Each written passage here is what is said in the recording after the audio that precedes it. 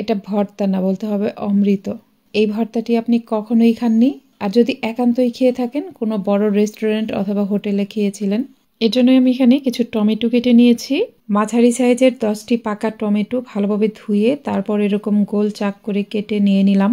এখানে কিছুটা লবণ ও অল্প একটু হলুদের গুঁড়া দিয়ে টমেটোর সাথে সবকিছু মিশিয়ে নিতে হবে।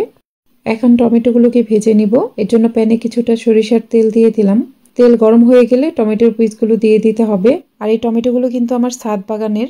সবগুলো টমেটো দিয়ে দেওয়ার পর প্যানটা ঢেকে দিলাম। কিছুক্ষণ পর ঢাকনা খুলে সবকিছু উল্টে পাল্টে দিব। টমেটো সেদ্ধ হতে কিন্তু খুব বেশি সময় লাগে না, এগুলো অনেকটাই সেদ্ধ হয়ে গেছে। সবকিছু নেড়ে মিশিয়ে একসাথে করে প্যানটাকে আবারও ঢেকে দিতে হবে। কিছুক্ষণ পর টমেটোগুলো পারফেক্টভাবে সেদ্ধ হয়ে গেছে। এখন টমেটোর গায়ের পানিটা শুকিয়ে নিতে হবে। এখন আর প্যানটা ঢাকবো না, ঢাকনা খুলেই অনবরত নেড়ে নেড়ে এই টমেটোর গায়ের পানিটাকে শুকিয়ে নিব।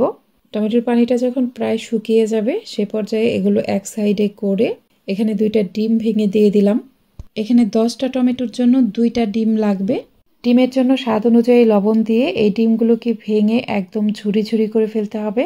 আমি 10টা পাকা টমেটো ব্যবহার করেছি। 10টা টমেটোর জন্য এখানে 2টা ডিম লাগবে। ডিমগুলো এরকম ভাজা ভাজা হয়ে গেলে টমেটোর সাথে ভালোভাবে মিশিয়ে নিতে হবে। এখানে টমেটোর যে একটা ভেজা ভেজা ভাব আছে সেটা থাকা যাবে না। টমেটোর গায়ের পানিটা একদম শুকিয়ে নিতে হবে। যখন দেখবেন এই পানি শুকিয়ে একদম তেল বের হয়ে গেছে, ঠিক সে পর্যায়ে নামিয়ে ফেলতে হবে। এই টমেটোর গায়ের পানি শুকিয়ে যাওয়ার পর এটা আর বেশিক্ষণ নাড়বেন না, পানিটা শুকিয়ে যাওয়ার সাথে সাথেই উঠিয়ে নিতে হবে। প্যানে আরও কিছুটা তেল দিয়ে দিলাম। এখানে দিয়ে দিব কিছু পেঁয়াজ কুচি ও কয়েকটি আস্ত কাঁচামরিচ।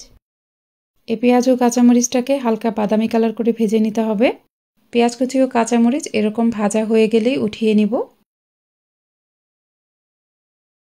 এখন ভেজে নেব কিছু শুকনা মরিচ।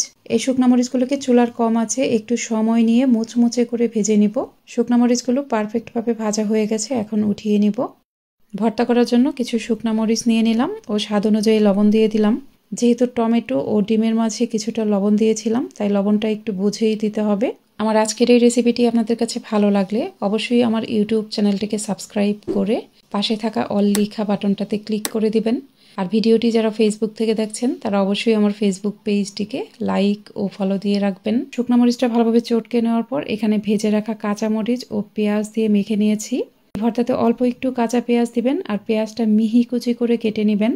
এরপর ভেজে নেওয়া টমেটো ও ডিম দিয়ে মেখে কিছুটা সরিষার তেল দিয়ে দিয়েছি। সবশেষে কিছুটা ধনেপাতা কুচি দিয়ে মেখে নিলেই ভর্তাটা একদমই রেডি। গরম গরম ভাতের সাথে এই ভর্তাটা খেতে কি যে মজার আমি আপনাদের বলে বোঝাতে পারবো না। এই ভর্তাটা পোলাওয়ের সাথে খেতেও কিন্তু খুবই ভালো লাগে। যে কোনো অতিথি আপ্যায়নে আপনারা এই ভর্তাটা রাখতে পারেন। আমি গ্যারান্টি দিয়ে বলতে পারি এই ভর্তা খেয়ে সবাই আপনার প্রশংসা করতে বাধ্য হবে।